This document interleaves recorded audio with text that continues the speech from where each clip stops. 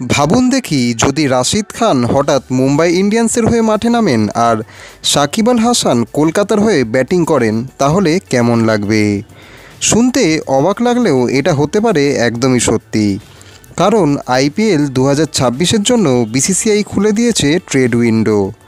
আর এবার সামনে আসতে চলেছে কিছু বড় ট্রেডের গোপন খবর।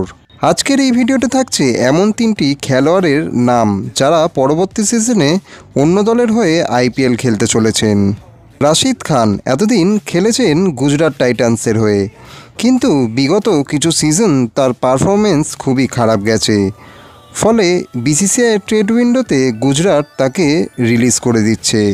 এদিকে মুম্বাই ইন্ডিয়ান্সের কাছে এতদিন মাত্র একজনই লেগ স্পিনার ছিল, তাই মুম্বাই চাইছে এমন একজন এক্সপিরিয়েন্স লেগ স্পিনার, আর যা হতে পারে রাশিদ খান একমাত্র একাই।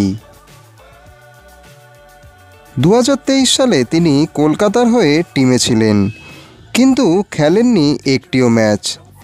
এর আগে 2021 সালে তিনি কলকাতার হয়ে বহু ম্যাচ খেলেছেন।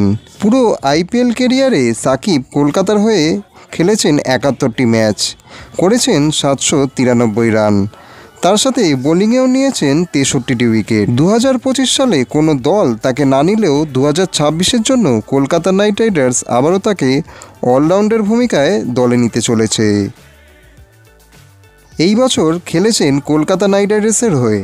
প্রায় 24 কোটির এই প্লেয়ার রান করেছেন 11 ম্যাচে মাত্র 142। তাই কেকেআর ম্যানেজমেন্ট এবার সিদ্ধান্ত নিয়েছে পরের বছর তাকে আরসিবির কাছে তাকে বিক্রি করবে। এছাড়া আরসিবির কোচিং স্টাফেরও দাবি রয়েছে 2025-এর নিলামে তারা ভেঙ্কটেশ আইয়ারকে 22 কোটি পর্যন্ত দর দিয়েছিল, কিন্তু কেকেআর তাকে জোর করে ছাড়েনি। ফলে এবার ট্রেড উইন্ডোতে আরসিবি আবার চেষ্টা করছে তাকে কম দামে দলে আনার। একজন পাওয়ার হিটার অলরাউন্ডার হিসেবে ভেঙ্কটেশ হতে পারেন আরসিবির এক্স ফ্যাক্টর। তো বন্ধুরা, আপনাদের কি মনে হয় এখানে কোন ট্রেডটা সবচেয়ে বেশি গুরুত্বপূর্ণ? ভিডিওর নিচে কমেন্টে অতি অবশ্যই আপনার মতামত জানান।